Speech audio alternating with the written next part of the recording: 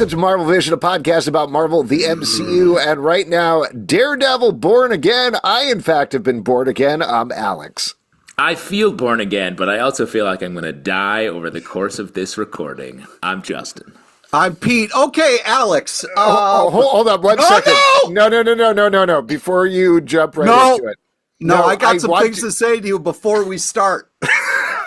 I can't even say the name of the episode or anything? Nope. No. Okay, are you going to mention anything about the episode we're about to talk about? Not yet. Uh-oh. Okay, what? Maybe a slight trigger warning. Please, Justin, please.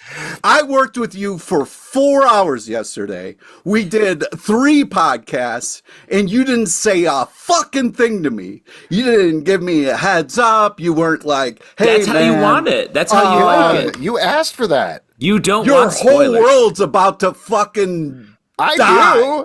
I knew that. Yes, I did know that. But you How didn't did want you to know. look me in the face the whole time yesterday, and you didn't fucking be like, hey, listen, man. First of all, I appreciate your distance from the microphone. Thank you very much, Pete. Honestly, really appreciate it. Second of all, friends, give a little context here. We do a live show on Tuesday nights, and I cannot believe you just smiled at me. You would have been madder. You would have been madder if he told you. That's not fair. Absolutely, 100% lost it. When somebody on the show in the questions in the audience asked us, hey, what are you thinking about Daredevil? And I started talking about it. You took off your headphones and looked away from the screen. You didn't want to know anything. There is zero world where I ever would have told you anything about this because you don't even want to know whether I thought it was good or bad before you watch it for yourself. That's true. I have worked with you for many years, and I know that. So why would I be like, to jump right into spoilers here? Hey, Pete, real quick, Foggy dies. Like, why would I do that? You know, just give me a little like, hey, I know you don't want to know anything, but I do know where you're kind of where you fall on things. You would not have wanted to. You would have been so mad at me, even for saying that. You're right. God damn it. And don't get me wrong, I wanted to. Like, I 100% wanted to. Because I want to go back and watch the show just to see if you were making any kind of... I was trying to stay so neutral the entire time because I was so worried about you, Pete, since I watched this episode. Awful. Hold on. Okay, now that let me say, Pete, Baby Bird's got to fly. Baby Bird can't. Pete needs to soar on. Like sometimes there's a harsh truth. Got to kick him out of the nest, into the foggy night air. And I think you're ready to soar, Pete. I'm sorry, be sore for the next hour as we talk about this. There you go. I was going to say something about how we're only going to be talking about episode 1, Heaven's Half Hour, because Pete had to go to the dentist, a.k.a. watch the first 10 episodes of this episode of television. So sort of same kind of feeling, right, Pete? I would much rather go back to the dentist than have to fucking... I don't. We'll get into it. I don't know if I can watch this, man. Well, I knew this was going to happen. I bet you can. I saw in the first 10 minutes of the episode, I saw not Foggy's life before my eyes, but my podcast life before my eyes, knowing exactly how this was going to go down. So, for anybody who didn't watch the episode, it's on Disney Plus now. Brief overview. Don't watch it. We pick up after the end of season 3 of Daredevil, originally on Netflix, with Nelson, Murdock, and Page all together, about to open a law firm. They're hanging out at Josie's. They are at the retirement party of a new character named Cherry, who is retiring from the police department. We get to meet a bunch of other characters that are building out the cast of this new show. And then Bullseye attacks, kills Foggy, and that kicks off the main action of the episode. The new setting here is we are now at McDuffie, and Murdock is the new law firm. Matt is seeing a new woman named Glenn, who he's set up on Heather Glenn, who he's set up on a date with. And Fisk is also back in town, and now he's running for mayor of New York City, which by the end of the episode, he has won.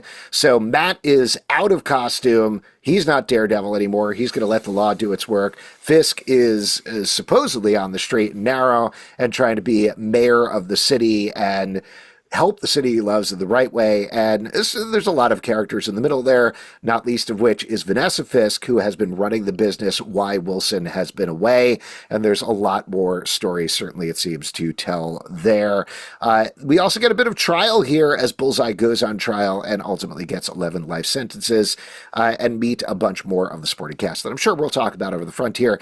But as has been indicated by the fact that I didn't even get to the recap before we started talking this, the biggest thing, of course, that I think everybody wants to discuss today about this first episode is that opening scene where we get a semi-classic Daredevil one-take scene, or at least a throwback to something that really defined the first 3 seasons, ending with the death of the hallway fight is what it is. The death of Foggy here, kicking off the main action.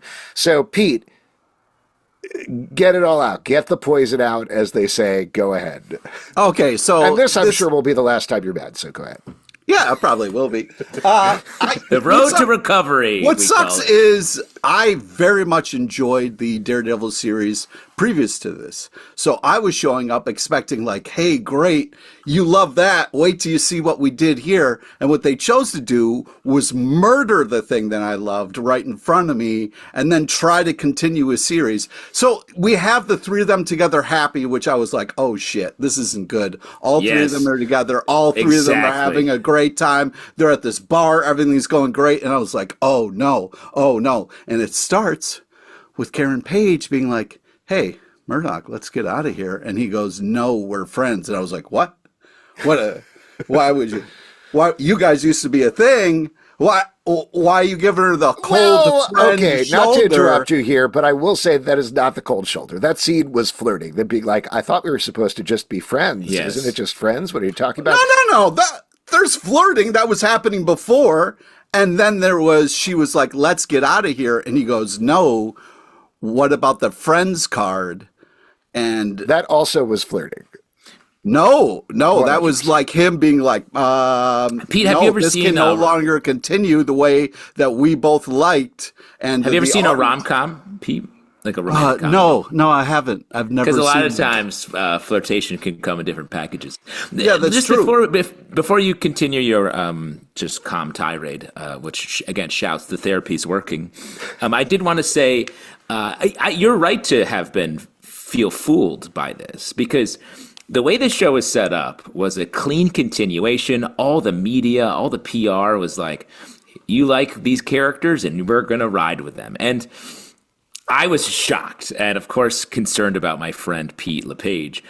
But it was a real shock over the course of the Foggy death and then the Karen straight-up departure.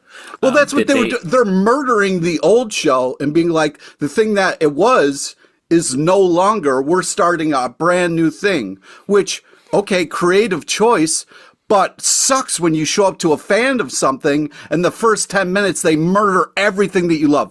I loved Karen Page and Matt Murdock together. I thought they were a great couple. I thought maybe there was a future there. But then I thought, okay, maybe he's with She-Hulk and he doesn't want to, okay, I can respect that. But the fact that she was like, hey, this is back to where it was. Let's take this back to another place. And he was just like, no, we're friends. I was like, that's cold and fucked up and not a nice way to do that. I was very, hang on. And then we get over and it's like, there's a phone call that happens and Foggy goes outside and Matt's peeping. And I'm like, well, what the fuck are you doing? It's weird that you're just peeping on a conversation. And it turns out someone they're trying to protect is in trouble. And instead of Foggy being like, okay, cool, I live in a world where superheroes and that makes sense that you're in trouble because we stashed you. He's like, chill out. You're in a safe place. It's my old house. Yeah, nobody can get you. That doesn't make any sense to me. Also, it doesn't make sense that he's not like, yo, Matt, you got to get over there and help them. This dude's in trouble. He's like, hey, I didn't want to make you turn into Daredevil for some reason, which ultimately means they're like, well, we've missed something here. No. I think that actually feeds very nicely off all of everything that happens at the beginning of the episode feeds very nicely off of season 3. Don't say very nicely and talk about that fucking 10 minutes, asshole. Well, direct. Yeah, It feeds directly off of season 3, which was all about the three of them being separated on their own paths. Really, a lot of friction, particularly coming from Matt. And it wasn't until the last episode or two, if I remember correctly, where they really start to get back together. So even though in the MCU, now that this is firmly in the MCU, time has passed. There's been 2 seasons of Punisher, I guess. There's been She-Hulk. There's been Spider-Man No Way Home. All of these other things have happened.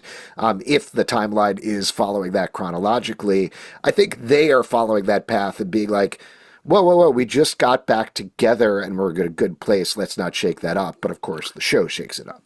But why would someone who knows, like if I know you turn into an evil supervillain and your brain gets really big and you become monstrous, I'm gonna, like, I know that about you. So if I'm in danger and I know your super villainous can help, why wouldn't I say that? He was like, oh, I didn't want to trigger you, almost like he didn't want him to be Daredevil. Can I throw That's out not a an theory? issue. Can I throw out a theory? Because he knows the second Daredevil starts leaping off rooftops, it goes to a bad CGI model and it looks like shit.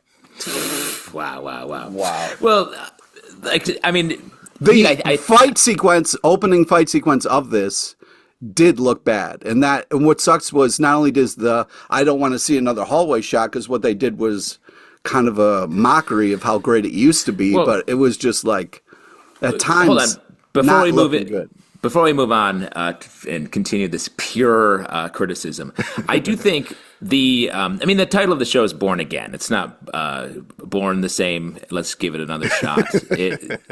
So, like, I think this was something that we didn't maybe expect, but it does track. Like, they're like sort of cutting off the stuff from the past. Because I think initially when we heard the announcement for Born Again and heard they were sort of straight up continuing the Netflix show, I feel like we were all surprised because that's not something the MCU has ever been interested in. And so I think what they're doing is like, yeah, that stuff's fine. And we'll take literally the only parts we like, which I think has been clear for a long time. It's Charlie Cox, Daredevil, and Wilson Fisk, or as he's known in the comics, Thick Wilson. So listen, dude, if you were like, oh, guess what? Cheers is being picked up for another season. Oh, we're going to murder Woody and Sam first 10 minutes. That's what they did for Frasier. That's what they did with Frasier. They killed, when you watch the pilot of Frasier, they kill off all those characters. Frasier. Yeah. It's a big mystery over the course of the entire run of Frasier who killed Woody and Sam, and they never find out. It's very. They keep flashing to Norm's corpse still gripping the bottle, this mug of beer on the bar. Yeah, I think it was Cliff. That's been my theory. Go ahead. It would have been great call. I'm just saying, Bullseye. don't make this extra hard on me. It would have been a different thing if it was like, hey, what's going on? Hey, Matt, you need to get there. The guy that we're protecting is in trouble. That makes sense to me. But instead, instead of it being like this thing that like, hey, I don't want my superhero friend to go help this situation that I am way over my head in, it just made it that much more worse to me. You know what I mean? That like he's going to die in 10 minutes and instead of like a good interaction or what, it was just like, I was like, God damn, man, this doesn't make any sense to me. And then I was kept being thrown by what's happening, and then the crappy CGI and not great fight sequence of the last fight sequence I've ever going to see, and this hallway thing that used to be a staple of how great the show is. There are going to be other fight sequences on the show, but Pete's going to close his eyes. I don't know. He's going to press play. I don't know if that. It seemed like the death of it because it was done so poorly and so heartbrokenly that they were like, we can't go back to this. That's the thing you used to love, and we're murdering everything you used to love, and we're trying to do something. And by the way, can I just throw one thing out there before we go any further? That Pete, I know, is going to yell at me, but this is for our listeners. I'm going to say, I think the show is great. We all know that. We all know you think it's great. I'm just saying that because after people are sitting through 14 minutes of us yelling at each other, I want to assure people there are going to be some positive opinions on this podcast. Again, we got to get the poison out. We all know that. We all use that. I also think this show is great, and I think. Pete, that part you're talking about with the fight and the misdirect and all that feels like a continuation of what the Daredevil show has sort of always been, is his consternation about being Matt Murdock and a lawyer and friends with these people and Daredevil. And so is him still caught in this vice. And I think what this show is going to do, and has done in this first episode, and then it continues into the second, I think, he is sort of sprung out of that because of the death of Foggy, Karen leaving, and everything happening into the classic Batman situation of which is the person. And it feels like Daredevil's the person, is what he is like. This is, I feel like you can identify with this. The death of Foggy is highly traumatic, the loss of Karen for him.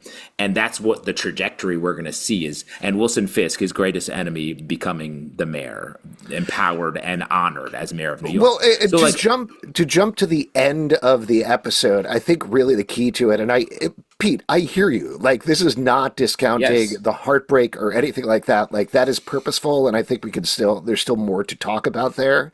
But jumping to the end of the episode, the setup there is that you have Wilson and you have Matt, and they're both people being like, I've changed. I'm a different person. Look at us. We can sit at a diner and, there's some tension there, but like, we're different people, right? Like, I'm Wilson Fisk. I'm not the kingpin anymore. I'm running for mayor. I'm a good guy. And Matt is like, nope, I'm rule of law. And we know, because we're viewers, that is not going to stick. That is not going to stay. Well, but the tension there is literally like, not when does the mask fall off, but when do the masks come back on? Like what forces him into the position where he becomes Daredevil again? What forces Wilson into the position where he's like, God damn it, I'm Kingpin. I gotta, beat this guy to. Well, that was interesting. I loved that scene. The two of them sitting down at that table. It's a great scene. Really impressive acting. All the small stuff that they're doing, the uncomfortableness. It was really impressive. And it's kind of like this thing of like, who's gonna fall first, right? Mm-hmm. Like, are you gonna break first or am I gonna break first? And I thought that was a very interesting setup. Like, I'm going to be good. Oh, dude, I'm going to be good. And it's like you're hoping these two people, you almost don't want them to be good, but it's this interesting idea of like, can I, be what I want to be or what is in my heart? Like, it feels like he really wants to be the mayor. And a good mayor. And I think, well, that's an interesting idea. I don't buy that at all because I know him.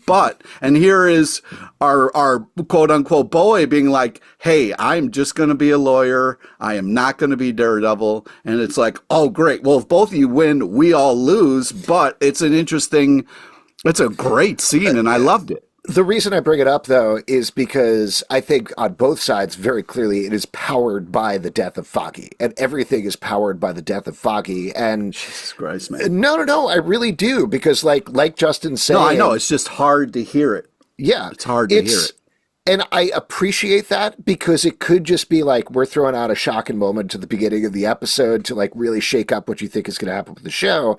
But instead, they are taking that incredibly traumatic event and using it to power the storyline of the series. It's not something that they're just leaving behind. So I do think like I get the feeling of, this is a slap in the face to Netflix fans, or I've seen people being like, this is mean, they hate us, how dare they killed the heart of the show. And I hear that. People, thank you. Well, and I hear that, and I respect He's talking about you.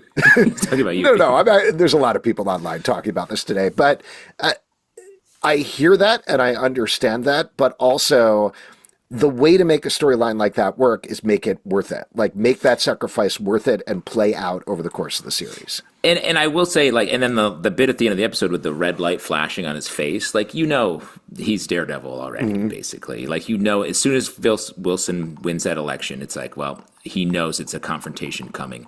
And I think it is built on Foggy's death. And honestly, like, this show, I feel like, is so comic booky from its design, the way it's shot, down to what happens, that Foggy dying makes sense. In Daredevil, the main characters die all the time. It's what fuels the character Daredevil. Guilt about the loss of the people he cares about, and a quest for justice both in the courtroom and out. And I feel like they boiled Daredevil down to that. And I think we're going to sort of re-examine the relationships he has with Punisher, Wilson Fisk, now that he's flipped from villain to mayor, but still being a villain. Like, we're doing the most comic booky thing possible here, and I think it's frustrating for the Foggy fans. But I think you guys are also right. missing something that's driving me a little crazy. We're not just talking about the death of Foggy.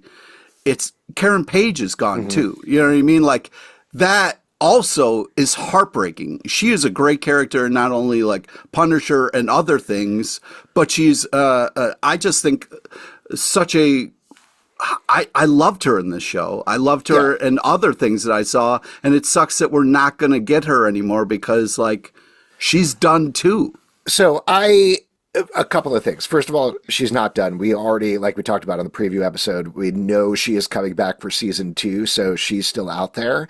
Really? Yes. So she's not done with the show. I agree with you. She's great. We also know the Punisher is coming up later on, and like you said, that's why maybe I said even fuck. a better relationship between the Punisher and Karen than there is between Daredevil and Karen. So we'll see what happens there. But this kind of brings us to sort of like the outside thing that we haven't talked about, that we did talk about in the preview, but we didn't talk about here, but I think is very interesting to talk about in terms of this context, is they basically reshot a good chunk of the show, and in particular, as far as we know, almost entirely reshot this episode, the pilot episode. Like, we don't know how much of the bones are there necessarily, but we do know the pilot was one specific thing that they worked on pretty hard because that was not working. So chronology-wise, I believe what happened is they shot from about March 2023 to June 2023, sporadically broken up by the SAG-AFTRA and WGA strikes before they were shut down entirely. By that point, they had shot most of 6 episodes, paused, looked at it, were like, this is not working. Came back, hired a new showrunner, hired new directors, kept a bunch of the footage, but shot around it and wrote around it. So I was reading an interview, I believe it was on TV Line this morning, where they were talking about this opening scene. And apparently in the original version of the pilot, Foggy was always going to die, but the original version, it happened off screen. Like, it was just a thing that happened where they were like, yeah, Foggy died. And we certainly heard a lot of rumors that both Foggy and Karen both died. So it might have been, frankly, even worse, where they used that to power, like, he's in a new law firm because both of his friends died. Isn't that a bummer? This, to me, of those two possibilities, it sucks that Foggy died, and it sucks that it hurts so much for so many people. But using it for the storyline, letting us see it and sit in the horror of it, and letting it power us as viewers, I think ultimately for dramatic perspective is so much better. That conversation at the courthouse between Karen and Matt was just brutal, dude. That was just... It was good, though. It felt real and right to the characters. Like, she's Justin like, is using the word good to mean well-written and acted. Well-written. Yes, well-made. A well-made product. And her handing him... He was being such a dick about it. Well, he's absolutely traumatized, and seeing her reminds him of the loss. And he knows that she is on her way out, and their relationship is messed up because of what they just went through. But the idea of her giving him the devil horn, the thing that she's like, don't do this anymore, and then giving him something that will no doubt push him into being it again, I thought was a really smart, small move. And it gives us this thing that he can just have in his hand all the time, rubbing, waiting till when he gets back into the costume. God, I hope rubbing his nubbin. He's just rubbing his playing with the little fidget spinner that is his horn. That would be really weird to watch. He's going to be doing that. Yeah. Do you think he'll do like an Austin Powers thing and be like, do I make you horny or something like that? I don't know. That's going to be his new tagline. It's sort of a funny, he's like a Deadpool, Daredevil pool. So on that note, and I know we're getting away from the Foggy discussion here, but once we get past that first 10-minute sequence, and I still have some thoughts about that, so maybe we'll come back to it later, but I thought this new setup was really interesting. You know, I like Kirsten McDuffie is a good character from the comics. I think throwing him into a very different law firm is interesting. I thought Cherry coming on as their investigator was kind of neat, and I like that as well. It definitely feels like a new, interesting setup, and something... I'm going to try to make this the last time I say this on a podcast, but I said it on the live show. I'll say it again here, is what this pilot struck me like is how they treat Daredevil in the comics whenever a new creative team comes on board. And usually you have a situation where the previous team, and I think this started with like Brian Michael Bendis, and was it Alex Maleev on Daredevil with Yes. him, I believe. They left it at a place where it was like, well, you're in a crazy position. I think it was they revealed Daredevil's identity, right? So it's basically throwing a thing out to the new team where like, you're screwed. Good luck, buddies. And they've done that for a while with a bunch of different teams in the comics. That's what the beginning of the episode felt to me like, where it's like, oop, we threw you something that like absolutely never should happen. How do you deal with that? And now we've set up this new situation with a new visual style, a new supporting cast, not forgetting what happened previously, but giving it a new tone, which I thought was really great, down to like Matt gets to be funny a bunch in here, and not in a like, I'm Too soon, asshole. wisecracking jokes. No. It was a year later. It's a year later. That's his coping. That's how he not a copes. year later for us. Yes. It is his coping mechanism. Stop. He's dating a therapist. We don't need extra Matt therapy. Murdock is the most depressed man alive, always, consistently, forever. And the only way he gets past that is not to keep using this word, but by masking his pain. And that is exactly what he's doing in the jokes. That completely tracked to me. Cool. You know what this felt like? It felt like when I went to go see the Transformers movie, the first one, and I'm a huge Transformers fan, and then I had to sit there and realize, oh, this is no longer for me. I'm aged out of who this is for. Like, being a nerd and a fan of something isn't good anymore because they eventually just murder you and then expect you to keep showing up. Yes, and it's this thing of like, hey, you love this show? Well, guess what? Fuck that. We're going to do this whole new thing. You know what you should do is you should have watched all the things you liked as a kid and then just lay down on the ground and died.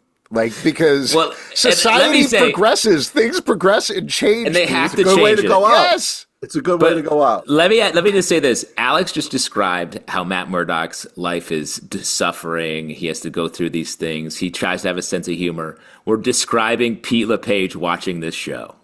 Pete is our Matt Murdock. And the death of Foggy is Pete's also death of Foggy.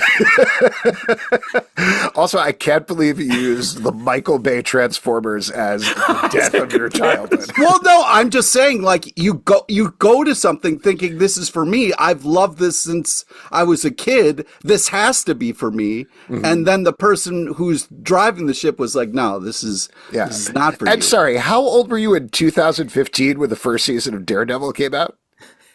You were an adult. I'm talking about reading comics my whole life. End of his childhood. I've been reading comics my whole life and enjoying Daredevil until they just. I hear what you're saying. I do think this is very comic booky. But let's transition to talking about how it looks, because I do think I understand. Let's talk about how it looks. You think that was shot in New York City? I do not.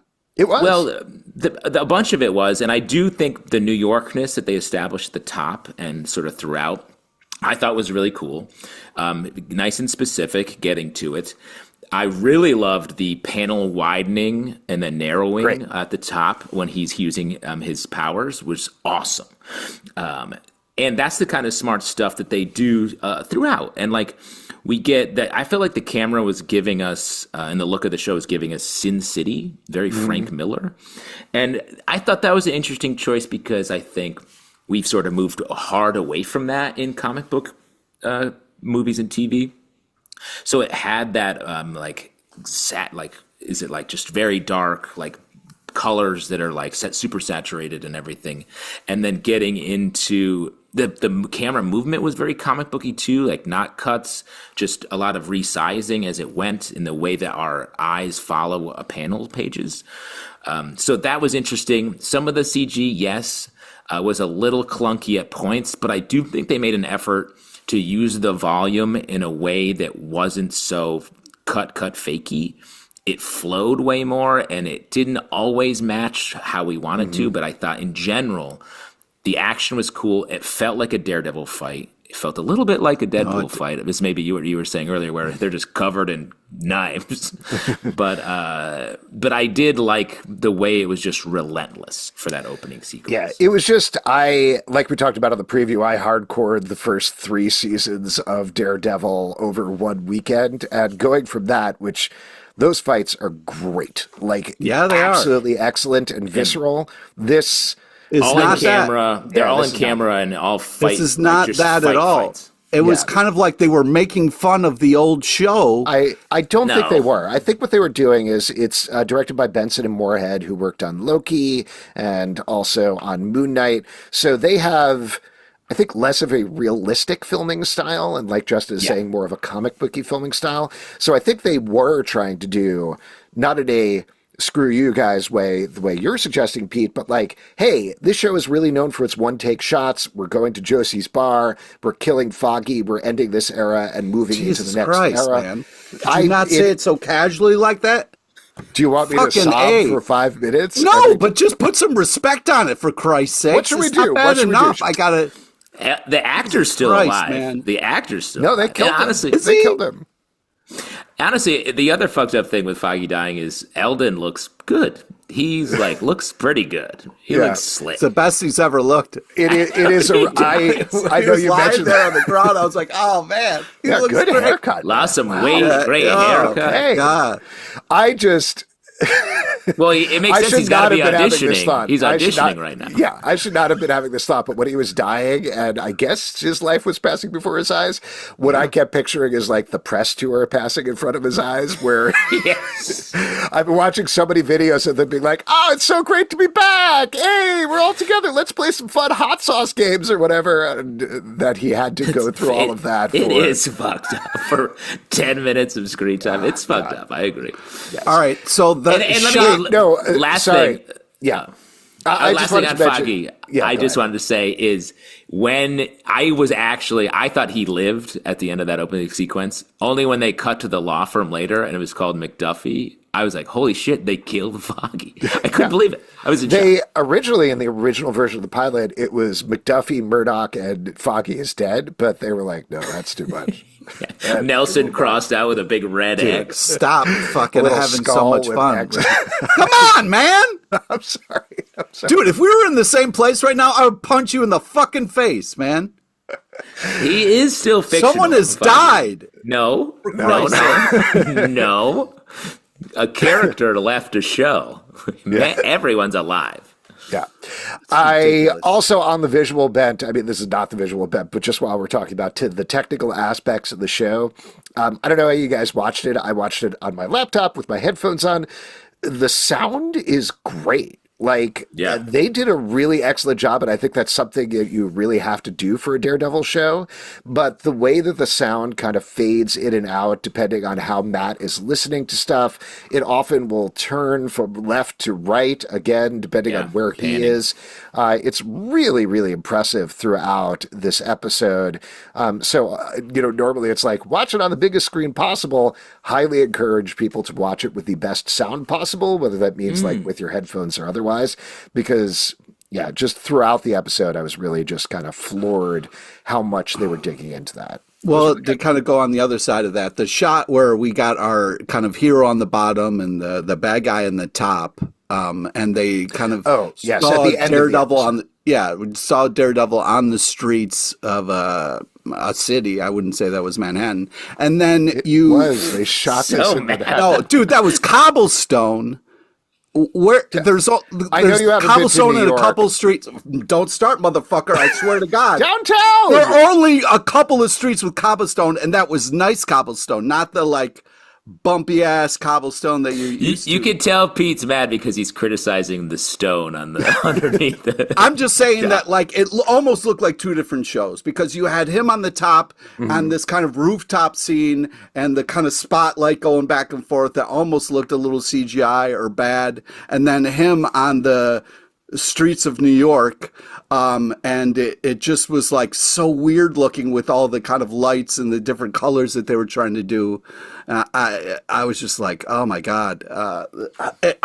It felt so different. And I think they did that on purpose to kind of two different kind of feelings, but man, it just, yeah. Well, and I like the vibe at the end. The TV on the radio song was cool. They're really separating. Great to see from Pat Kiernan kicking butt, you know what I mean? Yeah, Pat Kieran, the official Marvel newscaster. New York One, come on. Yep, I can't believe you get that in Pennsylvania. I don't, but I used to live in New York City for a long time. God, I wish I knew you then. You must have been crazy. The Sure was. The vibe reminds me of like a British television, the look, especially at the end. Remember the old show Skins? I just had a flash of that with the way like the show is lit and stuff. But I liked the way it ended. But I wanted to ask you, how about Matt's new girlfriend? Heather Glenn. He gets therapy pranked, and it worked. It's just, it was so weird because he's like, he friend zones Karen, so it made me think that like, oh, he's dating somebody, or maybe him and She-Hulk, since they had the thing. Like Again, maybe that. I really think but they were then he's flirting like there. totally fine. If the night had gone normally, Karen and Matt would have gone home together. That's No, what I he took said away you're from in the friend zone. He was like, sorry, lady, you're friend zone. Okay, let's stop focusing on this and talk about Heather instead. I feel like she was introduced just to die, is what it felt like. 100%. I wrote that girlfriend is definitely dying. And I also think that's why they moved Karen off the stage, because I think what they're going to do is this character will be somehow something his character will be used to push Daredevil will over murder the edge. her. Yeah, use her Someone's blood to Yeah, paint the a picture. band, by the way. We're talking about Muse, the band. Use the band, yes. Well, what did you think about that? That was kind of cool. You saw people, somebody painting, and I thought, oh, this is Muse. But then it was just someone painting Fisk. So I was like, oh, I guess that was either a foreshadowing or A Muse direct. This is another thing that I'll laud the episode for is it was a actual pilot of a TV show, which we very rarely, if ever, have gotten with the Marvel Studios era of TV, where they set up a lot of stuff and put a lot of balls in the air beyond the main plot that we've talked about, like these murals on the wall that may or may not be Muse. We got to see White Tiger fighting right at the beginning, which is going to pan out pretty immediately for anybody who's watched the second episode.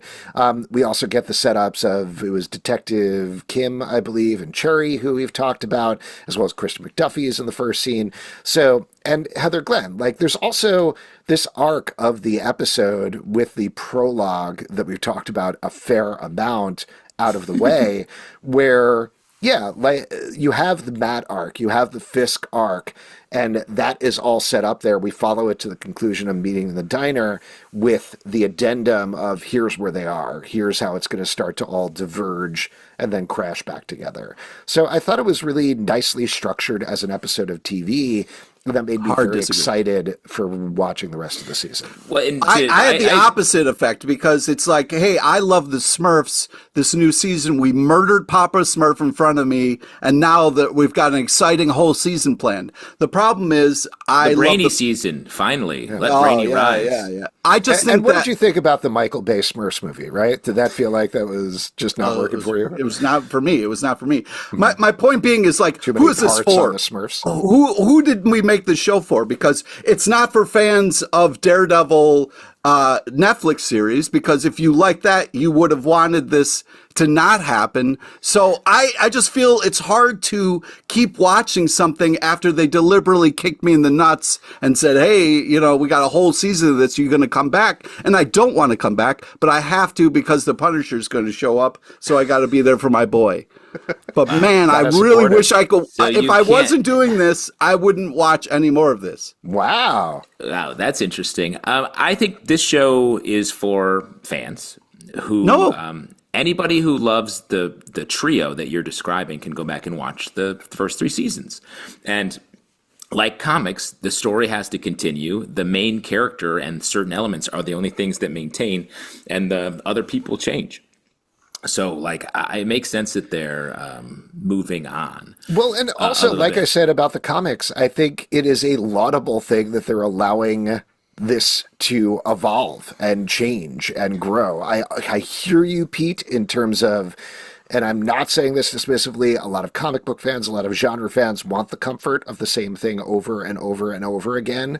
But like Justin said, we have those 3 seasons. I am a fan of those 3 seasons. I am a fan of the comic book, but we watched that. We said that. This is something new that they're saying, and will it be bold and different? Will it ultimately pan out into something that feels like a successful season of television?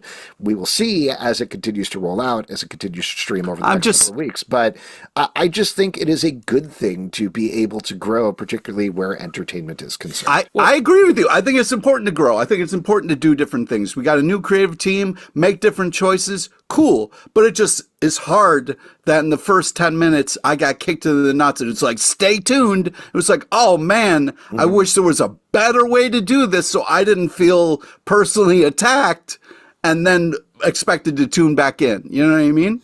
Well, but wouldn't you feel cheated if they just introduced a new character who was then killed as the inspiration, or like I don't know? It just feels. I just feel like there's other ways to do this, and I get it. It's like, hey, I want to do my own thing, and I'm gonna kind of like, I want to make different choices. I'm the new creative team. I want to get away from this and kind of do my own thing. Great. Yeah, I'm excited about Muse. I'm excited about all sorts of other things. It just feels like there could have been a way where you didn't have to just kind of kick me in the nuts in the 10 minutes to kind of get to something new.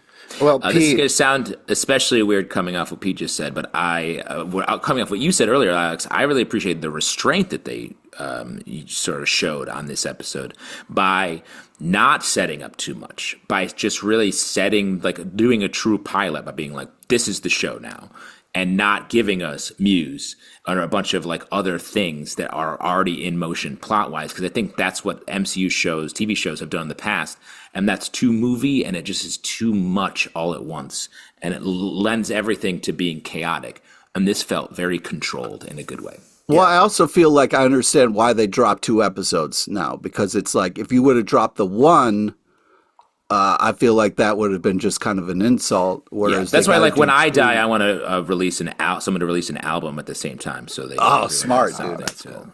Dude, I can't wait to listen to that at your funeral. It's going to be great. Now, Pete, we are starting to run out of time on your therapy hour, and I know you paid in advance, so I just want to talk about some other things in the episode other than our poor friend Foggy, R.I.P. Was that all right? Yeah, that was a little better. Thank you. No problem. I think the way you kind of then turned to me and was like, is that all right, was a little kind of, but, whatever. I'm just making sure, man. I'm just making sure. That's really why you pay me, and that's why we're getting tricked into a date. You guys are best friends, like 2 Foggies who are both friends. That means we're both going to die soon. I appreciated the fact that Benjamin Dex Poindexter was finally called Bullseye, and we got a nod to a costume. I wish it was a little better costume, but it was nice seeing him again. He's a great actor. Did you guys know his name was Poindexter the whole time? I was like, I don't remember that, but I guess it's true. I looked it up afterwards. I was like, oh, fuck, that is Benjamin right. Dex Poindexter. That's why he kills, because it's a bad name. Yeah. We also got to see the Kingpin eating an egg white omelet at the beginning here, which I thought was... No wonder he wants chicken. To change. It looked weird. No, yeah, it was weird. But it was an egg white omelet because his whole thing was just making omelets for Vanessa all the time. What do we think about Vanessa, by the way? She initially... They were going to have a different actress in that role, which, having watched this now, seems insane to me. Yeah, definitely. I mean, I think she's going to become a problem for our guy Thick Wilson, or after these egg white omelets, Thin Wilson, going forward, because I think she's like, I like crime. And he's like, I like mayor.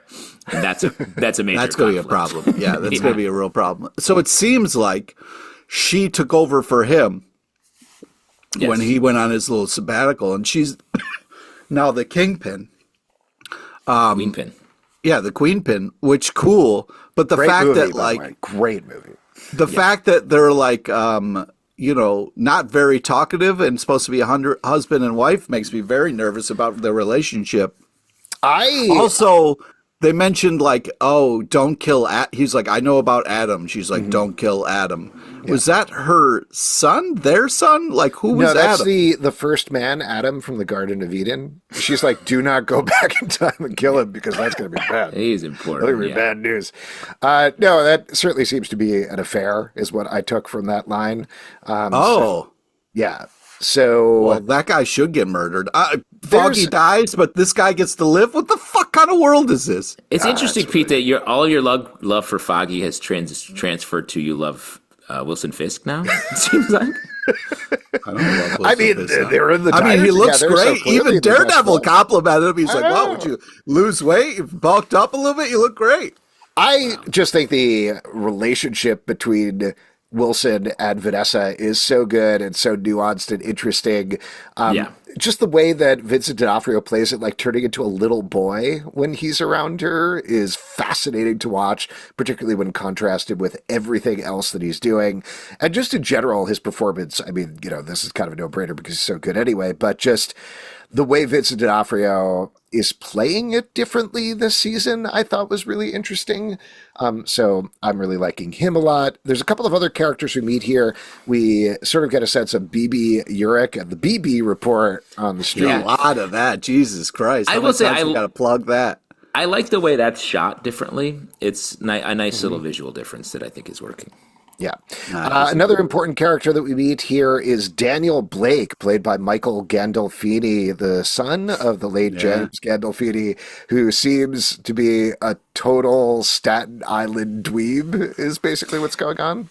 Yeah, his vibe is strange, and I don't know. Was he in the other seasons at all?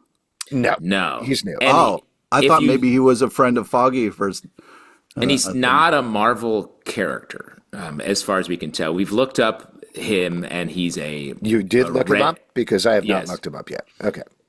We talked about it in the preview. He's a red-faced Martian who's hiding amongst the people. And that seems like that's not what... fingers crossed that's not what they're doing. Mm-hmm. So, that's a totally new idea. But they really go out of... The show goes out of its way to say his name and have us know his name. So that's interesting. It's also a weird dynamic there that I'm curious to see what they do with going forward in terms of we've got Daniel Blake who's like, I love you, Fisk. I'm here. Hey, I just took the ferry over and I'm having a great time here at City Hall. Versus we have Sheila, who is the seasoned political operator who they keep shutting down over and over and over again. So that's kind of fascinating. We also get to see Cherry a little bit. There was one other thing that I wanted to talk to you guys about. Well, Cherry saw him as, he was super sad on the roof there. Mm-hmm. We get a nice moment where crazy that Bullseye, he pushed Bullseye off, and even Fisk heard about that, and I was like, yo. That was a good shot. I loved going... Even though I didn't love the one-take shot, I love the rhythm. I appreciate the blocking in the one-take shot. It just didn't look good. Yeah. But I appreciated the rhythm of going from this one-take shot, for the most part, to just a static shot of Bullseye falling off the roof. Very shocking. Cool. Really good, and I can't believe he lived. Mm-hmm. And one other thing on the shooting, which made me think of... Just real quick, one thing in terms of the visual style that I thought was really interesting is apparently whenever they're filming Matt Murdock scenes, it's handheld cam, and whenever it's Wilson Fisk scenes, it's a steady cam or on a tripod. So everything is very composed with Wilson Fisk versus Matt Murdock. It's loose and going to kind of break free at any moment. Well, when I saw him kind of push off Bullseye, which... he hit the ground and then kind of was dead and then kind of shook and came back to life.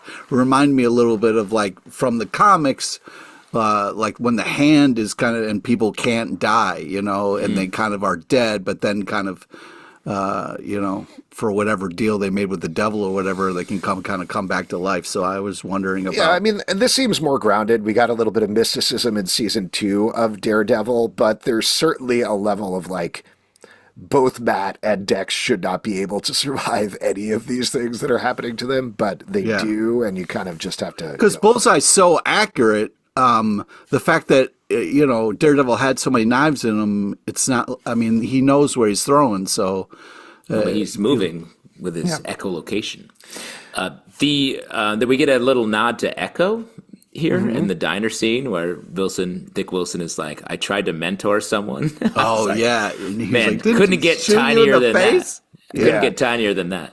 I do appreciate also that I do think it's actively helpful to have watched Daredevil, the Netflix series, to understand what's going on here, at least the beginning of the show. But I was worried about a lot of remember that time I was with Spider-Man and here's the whole plot of Echo and here's what happened in Hawkeye and all these other things, that they're letting it sit by itself, at least in this episode. I appreciated that as well, because obviously on our Marvel podcast, we love the MCU. We're excited to see MCU things. But like we talked a lot about with Your Friendly Neighborhood Spider-Man, I feel like that could be a distraction. So the fact that you don't need to have watched Echo, even though feel free to go ahead and watch it. And if you have watched it, you know that information. Really, all you need to know is, yeah, he mentored somebody and it went wrong. And that's it. Pete, do you think if you had come in and hadn't seen Daredevil, you just saw the beginning, you would love Foggy as much as you do? Would you be so upset? As a fan of the comics, yeah, but that's an interesting. Like, if you didn't do all three seasons of Netflix Daredevil, would you have been so attached to this character that if he died in the first 10 minutes, maybe you wouldn't be as affected? Well, what if you had, just take it a step further, what if you had never read any of the comics? And what if, in fact, this was the first episode of television you had ever watched in your life, and you never watched movies, and you just woke up from a cologne bath or something like that? A cologne bath. Wow. Clone. I said it. But a clone in Cologne. A Drakkar Noir clone. You take baths of just cologne? That's really how do you apply it? How do you clean yourself? If you could name literally any other substance you could use to clean yourself other than cologne, I'd love to hear it, because that's expensive. I'm going to the doctors to get a colonic. Man. They spray cologne. Thank you. Finally, you were definitely old enough to get a colonoscopy. Yeah. Oh, boy. I'm going to get a colonoscopy. Oh, boy. They spray cologne into my butthole. But to answer your question, I think it would be, if I was just born yesterday, maybe I wouldn't be as affected. But like if you were born again. Yeah.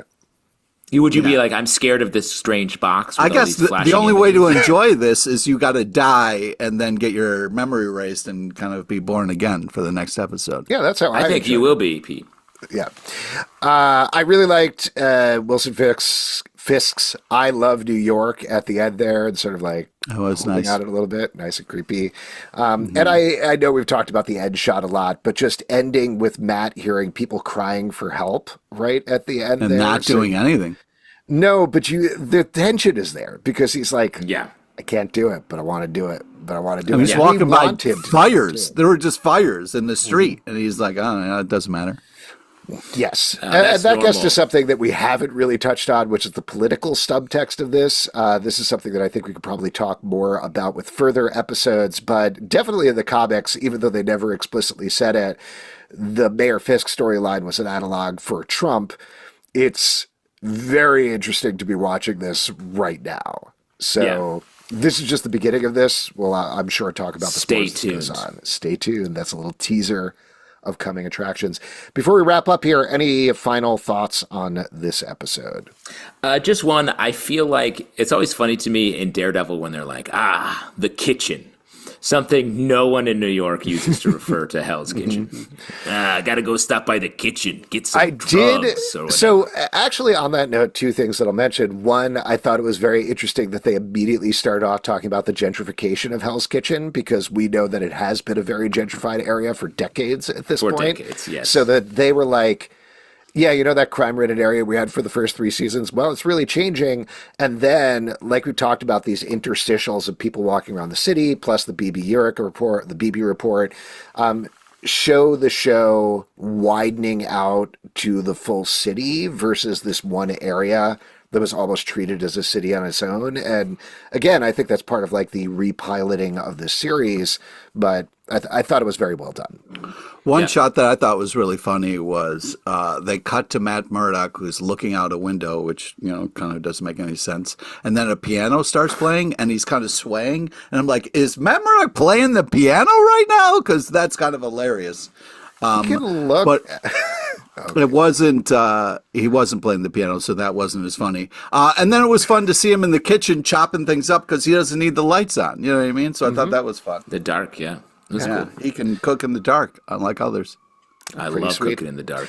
All right, why don't we wrap up here going to our vision board. Justin, I know you've seen the second episode. Pete, you have not as of yet. So, Pete, why don't you go to you first? Other than Foggy is miraculously alive, what is on your vision board for episode 2? What if we're not telling you that? Could you imagine? We've seen episode 2 and immediately Foggy's alive.